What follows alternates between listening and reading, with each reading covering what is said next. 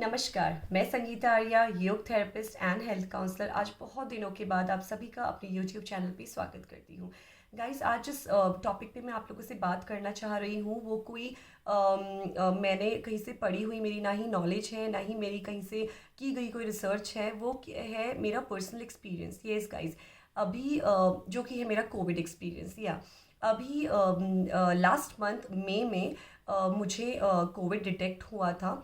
तो मैंने किस तरीके से खुद को रिकवर किया घर में रह के, तो वो सारी चीज़ों के बारे में आज मैं आप लोगों से डिस्कस करूँगी, जो कि बहुत ज़्यादा आप लोगों के लिए हेल्पफुल होगी, स्पेशली उन लोगों के लिए जो लोग को अभी सिम्टम्स फील हो रहे हैं। और सबसे पहले मैं आप लोगों को ये बोल दूँ कि इसमें घबराने वाली कोई भी बात नहीं है।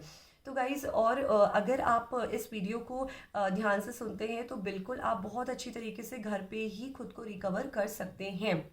यस गाइस, तो मैंने इसमें कुछ 4 पिलर्स के बारे में मैं आप लोगों से डिस्कशन करूंगी, जिसमें नंबर 1 है था आपका isolation, and the second one is proning, and the third one is proper diet, and the fourth is pranayama means yoga. Yes, तो बात करते हैं हम सबसे पहला पिलर जो कि है आपका आइसोलेशन। यस गाइस, जब मुझे 4 मुझे फील हुआ कि मुझे कोविड के सिम्टम्स हैं, या फिर हो सकता है मैं कोविड पॉजिटिव आ चुकी हूँ। तो मुझे जो सिम्टम थे वो थे मेरा फीवर, जो कि था बहुत ज़्यादा, 103 मुझे फीवर था। और द सेकेंड वन इज़, जो कि बहुत ही कॉमन सिम्टम है, ऑलमोस्ट वो आपको सभी में मिल जाएगा जिन लोगों ने भी इससे सफ़र किया है, वो है आपका वीकनेस, एक्सेसिव वीकनेस। गाइस, बहुत ज़्यादा इसमें आपको वीकनेस फील होगी। बिल्कुल मुझे ये 2 सिम्टम्स थे, बट इसके और भी बहुत सारे सिम्टम्स हैं, जैसे कि shortness of breathing, breathing difficulty, loss of taste and smell, loss of appetite, but बहुत सारे लोगों को बहुत ज़्यादा भूख लग रही है जैसे कि मैं। और नेक्स्ट इज़ टायर्डनेस फील होना, बॉडी पेन होना, कॉफ एंड कोल्ड होना। तो इसके ये भी सिम्टम्स इसके हैं। तो ज़रूरी नहीं है कि जब किसी को ये सारे सिम्टम्स होंगे तभी उसको वो कोविड उसको हो सकता है। इसमें से अगर आपको 2 से 3 सिम्टम्स भी हो सकते हैं तो चांसेस है, मैं ये नहीं कह रही हूँ कि आपको कोरोना पॉजिटिव आप हो, बट हाँ, चांसेस है कि मे भी आपको हो सकता है कोविड। तो इसमें फिर भी हमने लापरवाही नहीं करनी है, बिकॉज अभी फ्लू का जो सीज़न है हमारा वो फ्लू का है। और इसमें बहुत ज़्यादा ये चीज़ें, कोई भी इन्फेक्शन अगर आपका है, कोई भी पैंडमिक अगर चल रही है, तो वो होने के बहुत बहुत ज़्यादा आपके चांसेस रहते हैं। तो इसको बिल्कुल भी आपको नेग्लेक्ट नहीं करना है, इसको थोड़ा सीरियसली लेना है। तो इसमें जो सबसे पहला स्टेप आप लोगों को लेना है, और जो मैंने भी लिया, दैट इज़ आइसोलेशन। जब मुझे 4 तारीख को फील हुआ कि हो सकता है मे बी मैं पॉजिटिव आ सकती हूँ, तो मैंने सबसे पहले खुद को आइसोलेट किया। मैंने अपना रूम सेपरेट किया, सेपरेट ही है। और सेकेंड थिंग इज़, मैंने अपना बाथरूम सेपरेट किया, मैंने अपने यूटेंसिल सेपरेट किए, मैं खुद उन्हें वॉश कर रही थी। मैं खुद, मेरा खाना बाहर से ऊपर से प्लेट में डाला जा रहा था, इस तरीके से। मास्क प्रॉपरली मैंने यूज़ किया। जब तक मेरे रिजल्ट अभी तक का नहीं आए हुए थे, स्टिल मैंने सारे प्रिकॉशंस लेना 4 तारीख से ही स्टार्ट कर दिया। उसके बाद मैंने टैबलेट ली, डोलो ली। मैंने पैरासीटामॉल नहीं ली। आई नो डोलो में मेन इंग्रेडिएंट पैरासीटामॉल का ही है, बट डोलो 650 mg की है, तो मैं डोलो के साथ गई। तो मैंने जब 2 डोजेस ली डोलो की, तो मैंने काफ़ी हद तक फील किया कि मैं काफ़ी रिलीफ फील कर रही थी। और मैंने ये फील किया कि मैंने जब अपना टेम्परेचर चेक किया तो मुझे टेम्परेचर वॉज 99 to 100, मतलब ठीक है, मैं थोड़ा कंट्रोल में आ चुकी थी। बट मेरी वीकनेस बिल्कुल नहीं गई थी। और जो मेरा थर्ड सिम्टम डेवलप हुआ था 5th of May, that is shortness of breathing. Yes guys, मेरा शॉर्टनेस ऑफ ब्रीदिंग मुझे थोड़ा हो गई थी, बट कुछ केसेस में लोगों को ये नहीं हो रहा है। ओके, बट अगर आपको होता है तो थोड़ा सा आपको और ज़्यादा आपको केयरफुल होने की ज़रूरत है, बिकॉज ये थोड़ा सा आपका थोड़ा सीरियस मैटर आपका हो जाता है।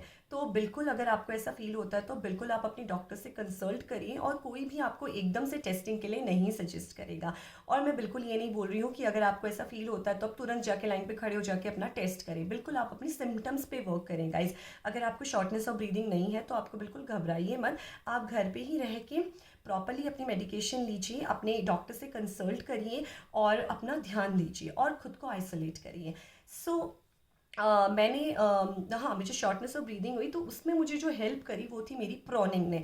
सेकंड जो मैंने बात करी थी आपको आइसोलेशन के बाद, वो थी मेरी प्रॉनिंग ने मुझे कई हद तक हेल्प करी गाइस। प्रॉनिंग की बहुत सारी वीडियोस आपको यूट्यूब में मिल जाएगी, आप वहाँ पे जाइए और देखिए किस तरीके से प्रॉनिंग की टेक्निक कितनी ज़्यादा किस तरीके से की जाती है। और trust me guys, it is very very much effective.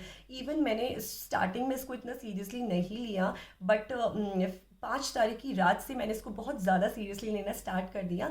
और जब मैंने इसको मतलब प्रॉनिंग टेक्निक मैंने मैंने इसकी प्रैक्टिस की, तो आई फील कि हाँ मुझे कुछ तो फ़र्क पड़ा है। बट स्टिल 6 मई से मुझे थोड़ा बहुत हो रहा था, बट प्रॉनिंग करने के बाद मुझे काफ़ी रिलीफ फील हो रहा था। तो 7 मई मैंने अपना फाइनली टेस्ट करवा लिया। आई नो मैंने बहुत ही जल्दीबाजी करी टेस्ट करवाने में।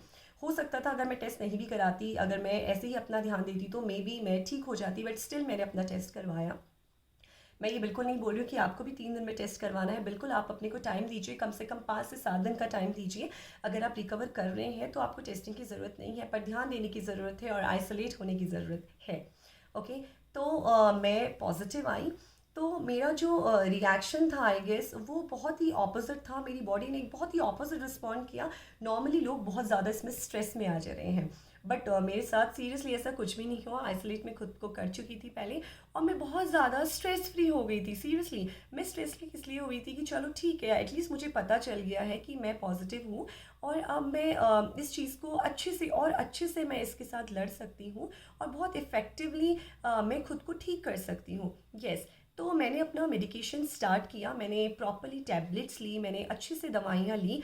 और गाइस स्ट्रेस आप लोगों को बिल्कुल नहीं लेना है, ट्रस्ट मी। हम लोग कई बार क्या करते हैं कि मेंटल हेल्थ को हम लोग बहुत ही नेग्लेक्ट करके चलते हैं। हम लोग सिर्फ अपनी फिजिकल बॉडी पे वर्क करते हैं और उसी पे ही ध्यान देते हैं, और मेंटल हेल्थ को कहीं ना कहीं हम लोग इग्नोर करते हैं।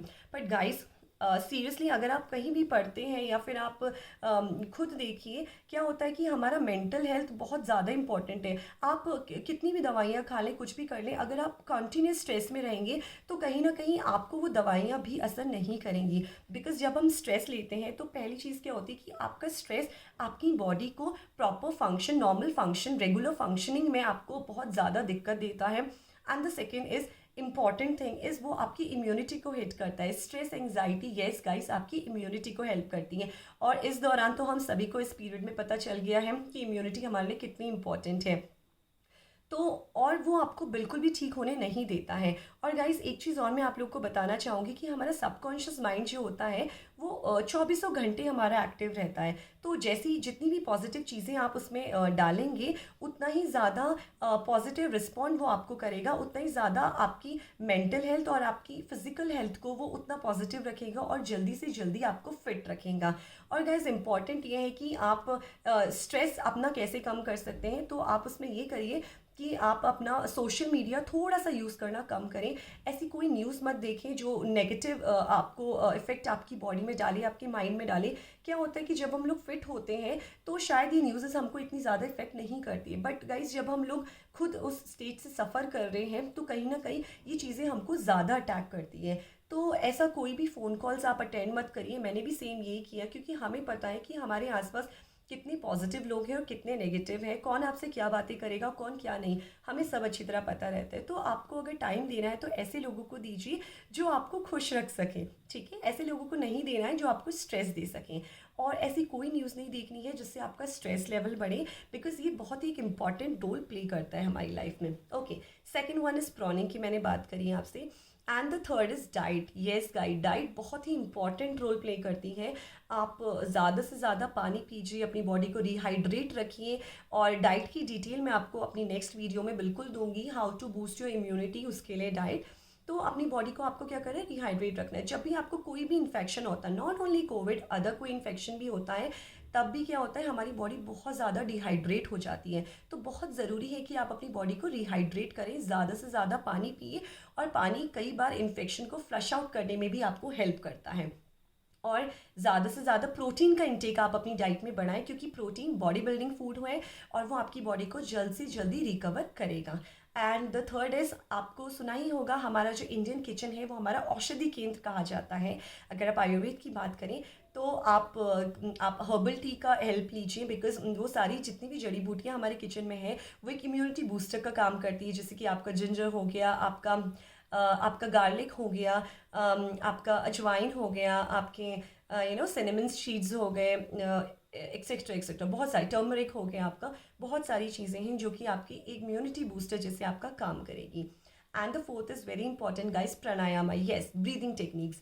मैं यस मैंने आई थिंक फर्स्ट डे मैंने नहीं इतना सीरियसली किया बिकॉज मैं बहुत वीक फील कर रही थी, बट सेकेंड डे से स्टिल मैं वीक थी, स्टिल मैंने अपनी ब्रीदिंग प्रैक्टिसेस मैंने अपनी कंटिन्यू रखी। मैंने बिल्कुल भी अपनी ब्रीदिंग प्रैक्टिसेस नहीं छोड़ी, जिसने मुझे बहुत हद तक हेल्प करी मेरे लंग्स की कैपेसिटी बढ़ाने के लिए, मेरा खुद का स्टैमिना बढ़ाने के लिए, जिसने मुझे बहुत हद तक हेल्प करी। तो गाइज ये जो 4 पिलर्स थे ये बहुत ही इंपॉर्टेंट पिलर्स हैं। One is isolation, second is proning, third is diet and fourth is pranayam. Yes, इन्होंने मुझे बहुत हद तक हेल्प करी। और बिल्कुल अगर आप इन चीज़ों को फॉलो करते हैं तो कई हद तक आप अपने को खुद को घर पे भी ठीक कर सकते हैं। और बिल्कुल घबराने वाली कोई बात नहीं है। अगर आपको टेस्ट कराने की भी नौबत आती है तो ऐसा कुछ नहीं है कि आप अगर पॉजिटिव आ जाते हैं तो आपको घर से पकड़ के लेकर जाएंगे, आपके साथ काटम पीटी करेंगे, बिल्कुल ऐसा कुछ नहीं होने वाला है। आप बिल्कुल अच्छे से अपने घर पे रहिए, खुद को आइसोलेट करिए, अपना ध्यान रखिए और लोगों का भी ध्यान रखिए। और यस, बिल्कुल आपको ये रिस्पॉन्सिबल होना चाहिए, जो इवन इंसान सफ़र कर रहा है ये उसकी रिस्पॉन्सिबिलिटी होनी चाहिए कि वो अपनी प्रॉब्लम, अपना इन्फेक्शन किसी और तक ना फैलाए। इवन सामने वाले से ज़्यादा आपको ये चीज़ का ध्यान देना चाहिए। तो गाइज़, आई होप ये वीडियो आप लोगों के लिए बहुत हद तक हेल्पफुल रहेगा। और बिल्कुल मैंने अभी तक का कोई वैक्सीन नहीं लगाई है बिकॉज़ आप लोगों ने सुना ही होगा अभी बहुत सारा एक्चुअली में आप अगर आप रिकवर किए हुए हैं तो हमारी बॉडी में एंटीबॉडीज़ बन जाती हैं। जब आप कोविड से रिकवर करते हैं तो हमारी बॉडी में एंटीबॉडीज़ बनी होती हैं। तो आपको वो एंटीबॉडीज़ आपकी 3 से 6 महीने तक का की उसकी आप कह सकते हो वैलिडिटी रहती हैं। बट अभी तक ऐसी कोई रिसर्च नहीं है कि 6 मंथ इसका लास्ट है। ठीक है, हो सकता है आगे भी आपका वो बना रहे। तो उसके लिए अगर आप चाहते हैं अपना एंटीबॉडी टेस्ट करवाना तो आईजीजी एंटीबॉडी टेस्ट है, आप बिल्कुल वो करवा सकते हैं। मैंने भी अभी करवाया है। आई नो मुझे ज़रूरत नहीं थी बट स्टिल मैंने चेक करने के लिए कि क्या मेरी बॉडी में एंटीबॉडी किस लेवल पे है और मुझे वैक्सीन की कितनी ज़रूरत है, तो इसलिए मैंने करवाया था। तो उससे मुझे पता चला कि फ़िलहाल अभी मुझे वैक्सीन की कोई ज़रूरत नहीं है। तो अब मैं नेक्स्ट इसको 3 मंथ में करवाना चाहूँगी। और बिल्कुल मैं ये नहीं कह रही हूँ कि आप लोग भी करवाएं, मैं जस्ट अपने ऊपर एक टेस्ट करना चाहती हूँ कि 3 महीने में फिर मेरी बॉडी में एंटीबॉडीज़ कितनी प्रेजेंट रहती हैं। अगर प्रेजेंट रही तो बिल्कुल मैं अभी वैक्सीन नहीं लगवाऊंगी, बट हाँ अगर कम होती हैं तो ये of course I go for vaccine और मैं बिल्कुल वैक्सीन लगाऊंगी। और वैक्सीन लगाने से आपको बिल्कुल डरना नहीं है, बिल्कुल हिचकिचाना नहीं है, बिल्कुल अच्छे से जाइए और वैक्सीन लगाइए। और हाँ गाइज़, इसके वेरिएंट बहुत तेज़ी से अभी चेंज हो रहे हैं। जो आपका अभी सेकेंड वेव आया था इसका वेरिएंट बहुत तेज़ी से चेंज हो रहा है। तो थोड़ा सा आप लोगों को केयरफुल रहना है और अपना भी ध्यान देना है, घर वालों का भी ध्यान देना है। Thank you so much.